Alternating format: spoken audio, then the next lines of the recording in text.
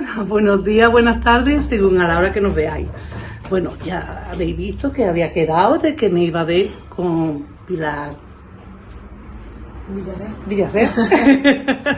Pilar Villarreal, ya estuve en una entrevista con el padre, habéis visto cómo es, pues no queda menos que con las que tenemos aquí, que siguió los pasos de él. Entonces, yo quiero que Pili, en la actualidad que está con el instituto, su directora, vicedirectora, fíjate la niña. La niña que era una nena cuaja. Digo, ¿cómo pasa el tiempo? ¿Cómo está? Que me hable porque sabéis que tenemos una serie de entrevistas dedicadas a la educación. Hemos hecho la primaria, ahora estamos con la secundaria. Yo espero no llegar a la universidad, ¿eh? Me quiero quedar ahí. Entonces quiero que Pili nos cuente la enseñanza, los niños, los papás. Y ya yo te dejo.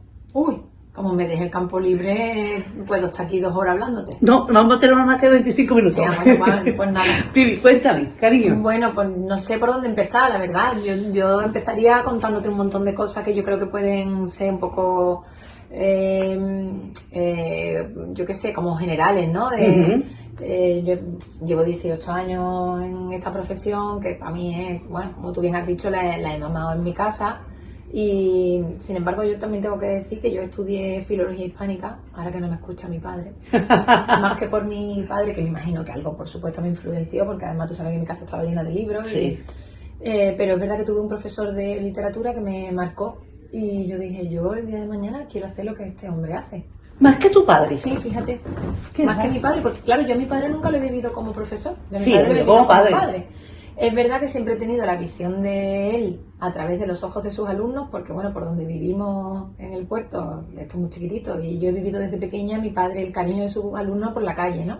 Entonces sí sabía que mi padre era un profesor querido y tal, pero claro, mi padre ha sido mi padre, no me ha podido influir como profesor. Es verdad que en casa siempre hemos tenido una educación así muy humanista y muy cultural y tal, y todo eso, pues claro, está en mí. Pero el profesor que yo tuve era la profesora que yo quería ser. Entonces, de eso siempre lo recordaré. Y efectivamente tuve siempre claro lo que quería estudiar, lo cual es una suerte, porque sí. Yo tengo alumnos que les llega los pobres el momento de entrar en la universidad y no saben qué tienen que hacer. Entonces yo no, yo desde el principio supe lo que quería estudiar y que quería dedicarme a la enseñanza. Entonces, bueno, estuve primero trabajando en algún colegio privado aquí del puerto, en el centro inglés y tal. Y luego me saqué las oposiciones y empecé a trabajar en la enseñanza pública.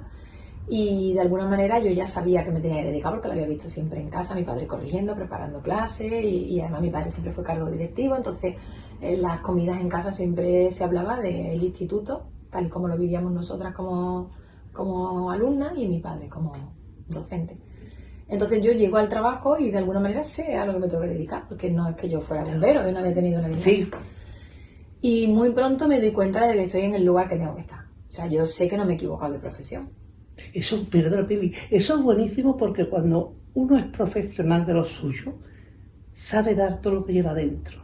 Cuando se hace porque, bueno, tengo que estudiar esto porque la nota no me da para otra cosa. Hombre, nada que ver. Eso se nota. Mira, yo creo que cualquier trabajo, hoy lo hablaba, que me he encontrado, te lo he comentado antes comiendo, que hemos comido juntas, lo he comentado antes que me encontraba un alumno en el taller que tenía que llevar al coche. Y justo de eso hablaba con él. Qué bonito es, porque él decía que le gustaba mucho su profesión de mecánico. Entonces yo le decía, qué suerte tenemos los que nos dedicamos a lo que nos gusta, porque el trabajo ya de por sí, si nos habláramos de etimología, veríamos que la palabra trabajo habla de esclavitud.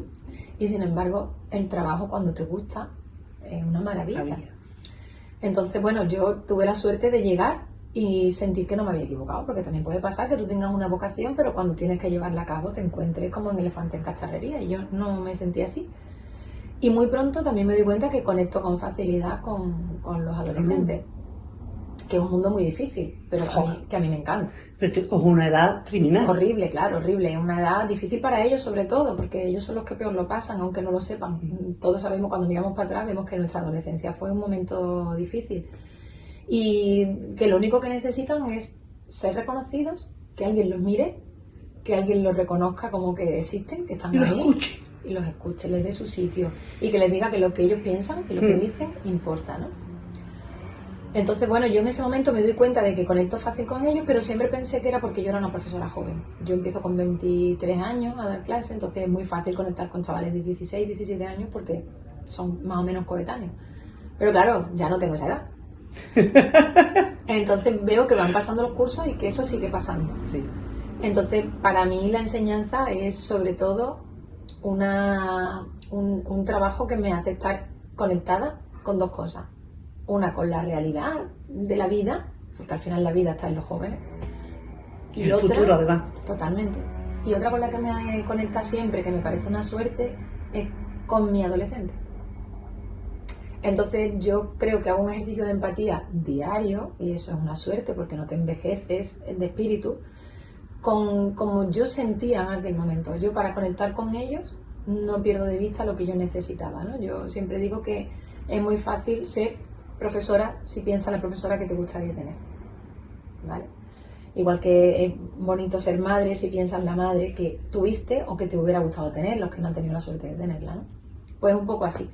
Entonces me parece una profesión que es un regalo. Ahora que es verdad, ya quitando la parte romántica, que está pasando una fase bastante dura, porque yo creo que está siendo una profesión muy denostada, que tiene una competición muy difícil contra dos cosas. Una, la era de la tecnología. Nuestra materia prima es el conocimiento, y hoy se entiende que el conocimiento está a un clic en Google, y eso no, yo siempre digo a mis alumnos, eso no es conocimiento, eso es información. Conocimiento es lo que uno sabe explicar y lo que uno sabe dar. Todo lo que yo no sé explicar es que no lo sé.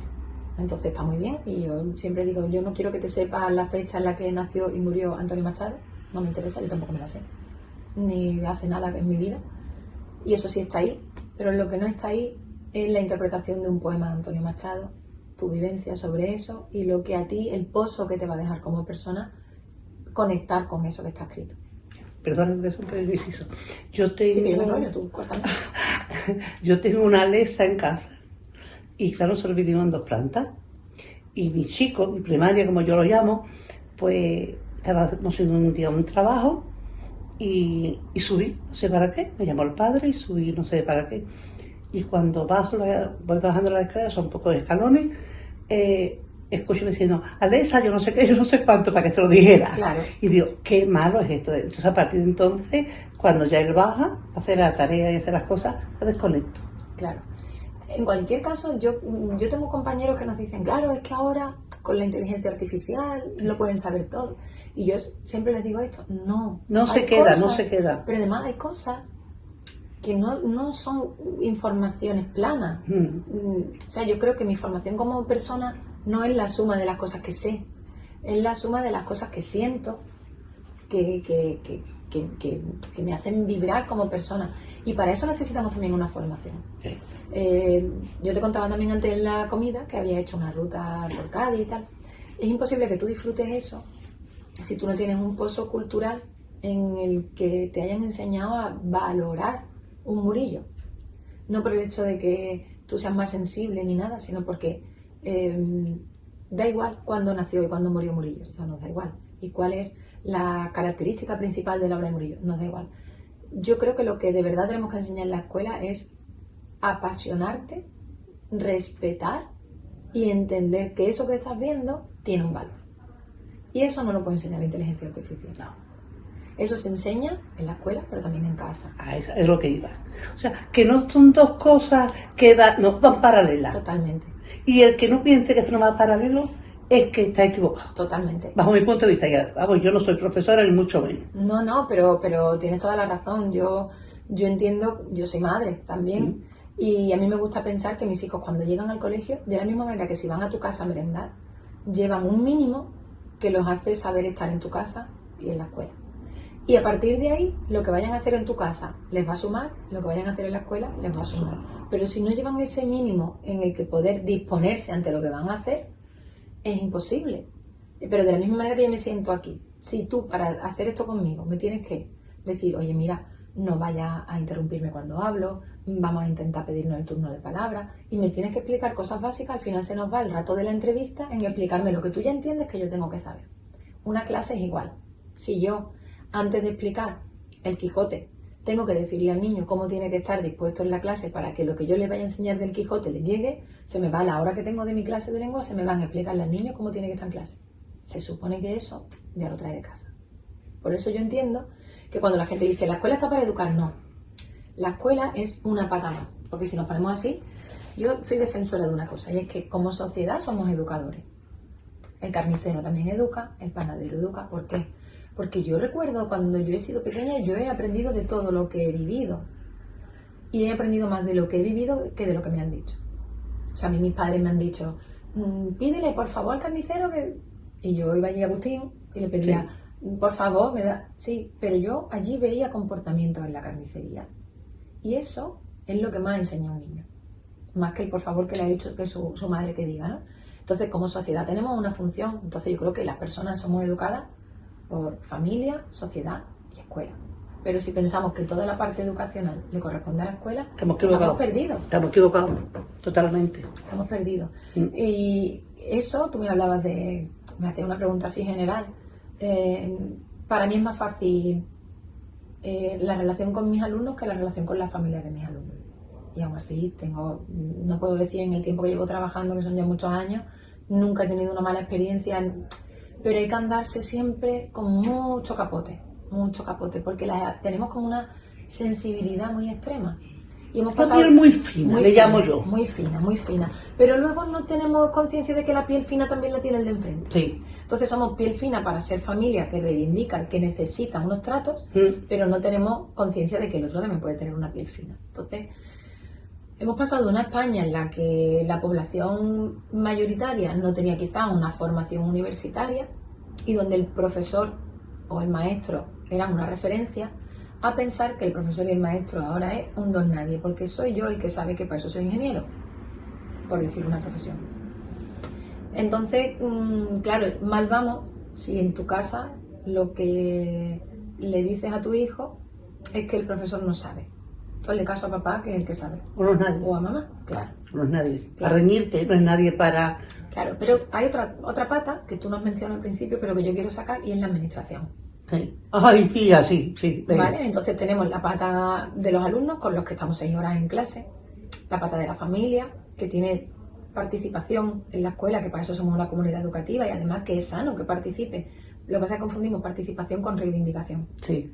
Y sería muy bonito que participasen de verdad, de otra manera.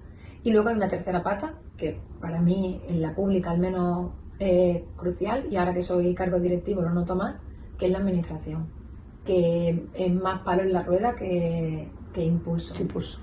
Y que además lo que le importan son ciertos números, ciertos papeles, y claro, eso hace que la parte humanitaria, por la que yo empezaba hablándote, que estaba convencida de que el lugar que yo había escogido en mi vida profesional era el que me correspondía, te lo pone en duda. O sea, yo a veces he pensado, este no es mi sitio, pero no es mi sitio no porque a mí no me salga ser profesora de mis alumnos, sino porque la profesora que quiere la administración que yo sea es contraria a lo que tú eres, a la profesora que yo entiendo que quiero ser y que yo he recibido también.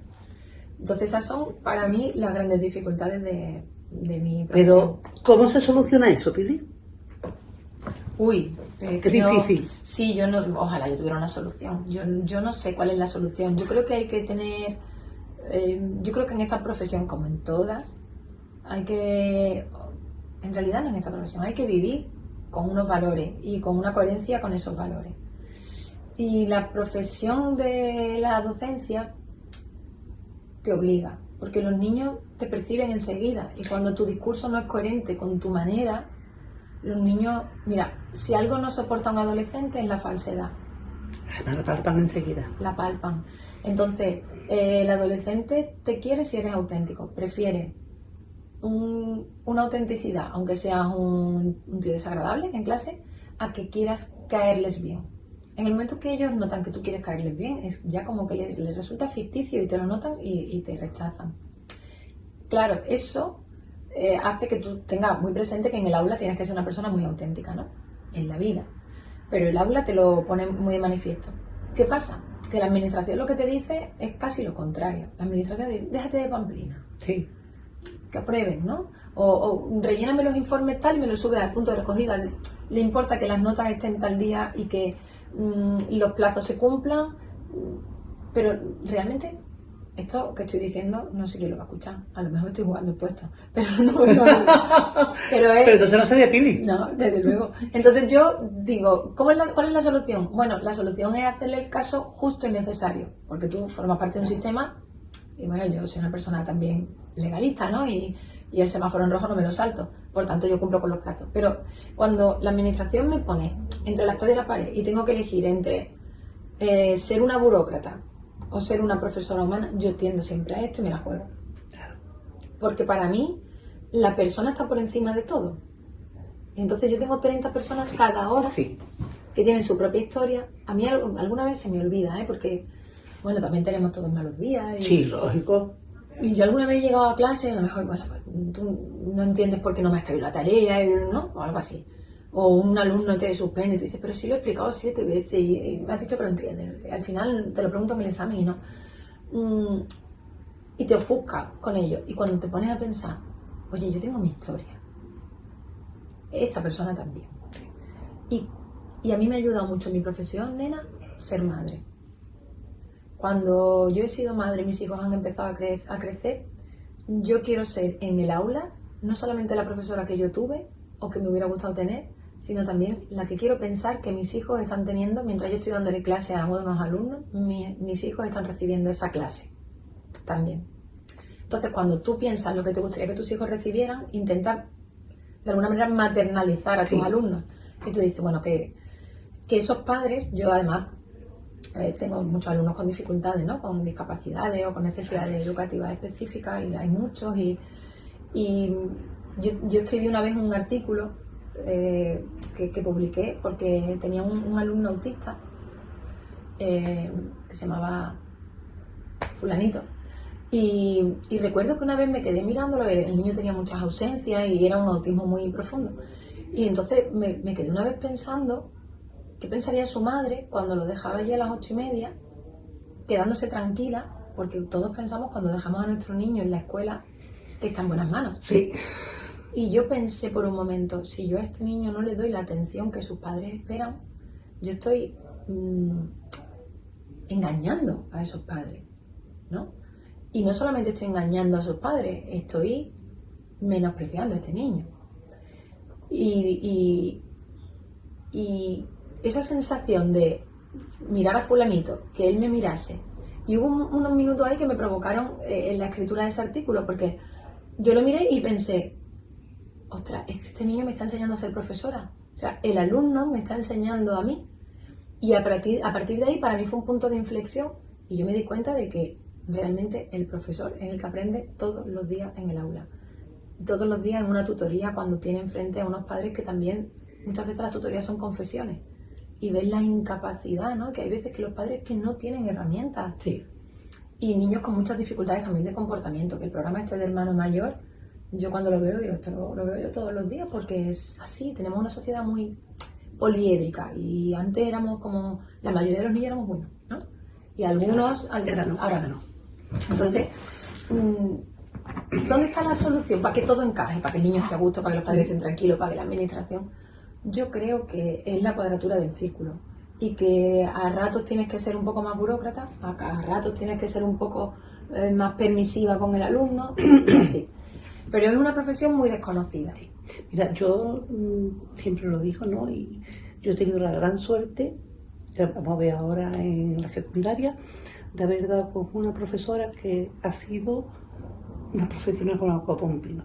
Yo pues tengo mucha confianza con ella y ella me dice, no tengo hijos porque no tengo tiempo de criarlos, porque me dedico tanto a mis alumnos. Y es cierto, porque es una persona tan humana y hace tanto, no te quiero decir que los otros profesores que hayan tenido, no. Pero es que esa mujer a mí me llegó al alma, porque le veía esa entrega, veía, se entregaba de todas formas, económicamente y personalmente. Yo digo, Dios mío, qué falto estamos en esto que tenemos a criaturas que las moldeamos, o las moldeáis, que es el futuro. ¿Cómo se puede no ser una profesional? Sobre todo, nena, yo creo que hay que tener en cuenta que nosotros no estamos en una fábrica de tornillos. No. Ni estamos delante de un ordenador. aunque cada vez nos quieren sentar más horas delante de un ordenador, claro. que eso es un problema que tenemos. O sea, a nosotros no nos hacen falta más horas, nos hace falta más descarga burocrática, ¿no? Pero el factor humano no se puede perder de vista cuando eres docente. O sea, tú trabajas con personas y es verdad que tú eres un referente. O sea, yo tengo un compañero y muy buen amigo que siempre dice: el profesor es un actor y cada vez que entra en un aula se levanta el telón y empieza la función. Y si tu público al final te aplaude, entre comillas, es que la función ha estado bien. Si no, el público nunca se equivoca. Ya. El que se equivoca es el actor, ¿no? Y a mí me parece eso una cosa muy, muy a tener en cuenta cuando estamos frente a 30 chavales que están allí mirando. Pero vamos, de todas formas, es que está masificado. Sí, Son yo digo muchos 30, niños. Yo digo 30, pero en realidad en bachillerato, por ejemplo, te lo digo porque acabamos de cerrar las cuentas hace días, en mi instituto ahora mismo hay un bachillerato que está a 39 alumnos. Con esa edad tan difícil y tantos alumnos. Ay, Pili, 39, sí. Pili, que está súper a gusto. Es un Sí. encanto entrevistarte. Mira Pero que- nos tenemos que ir, pero quiero que me hable un poquito nada más porque si no me cortan. ¿Qué? ¿De cada poesía que también eres como tu padre? Bueno, que va, soy aprendiz de mi padre. No, bueno, yo es una cosa que he hecho siempre ha sido como una manera mía de echar fuera, ¿no? Más que poesía, yo creía que escribía como reflexiones, como cosas así, ya está, sin mayor pretensión, vamos, nunca he considerado que yo hiciera nada parecido a literatura, ¿no? Pero yo es que la he vivido siempre en mi foro interno como una manera de expresión, como el que canturrea o... Bueno, y a mis 40 años, cuando cumplí 40 años, dije, oye, voy a contarle a todo el mundo que escribo, porque no lo sabía nadie. Claro, mar adentro. Sí, y bueno, lo conté, tengo por ahí algún poemario no publicado, pero que, bueno, algún día verá la luz, seguro. Bueno, yo he visto algo. Sí, bueno, publico cositas así en las redes y tal, pero así como libro editado, no. Y lo tengo un poquito abandonado, sigo escribiendo mis cosas, pero no las doy a conocer. Y porque yo creo que eso va un poco por oleada. Hay veces que se te va el puño Sí. y te apetece compartirlo, y otras veces que a lo mejor es una poesía más íntima. Y entonces la guardas. O a lo mejor esa misma que guardo ahora me entran ganas de sacarla del cajón en algún momento, no sé. Y como, mira, es de las poquitas parcelas en las que me siento totalmente libre. Qué bueno. Así que, bueno, lo vivo así, como un trocito de libertad todavía que me queda. Qué que me bueno. queda todavía. Pili, cariño, como siempre, está contigo, es un gustazo. Ya, con ella. Bueno, me queda Virginia, Pues que mira. es otro apartado. Y no termino con la Villarreal porque no puedo terminar. No, esto es un punto y seguido siempre. Punto y seguido. Nos conocemos, mi vida estaba ya ella cuando yo llegué. Sí. Porque Pili, muchas gracias, mi vida. A ti, Vale. a ti por contar conmigo.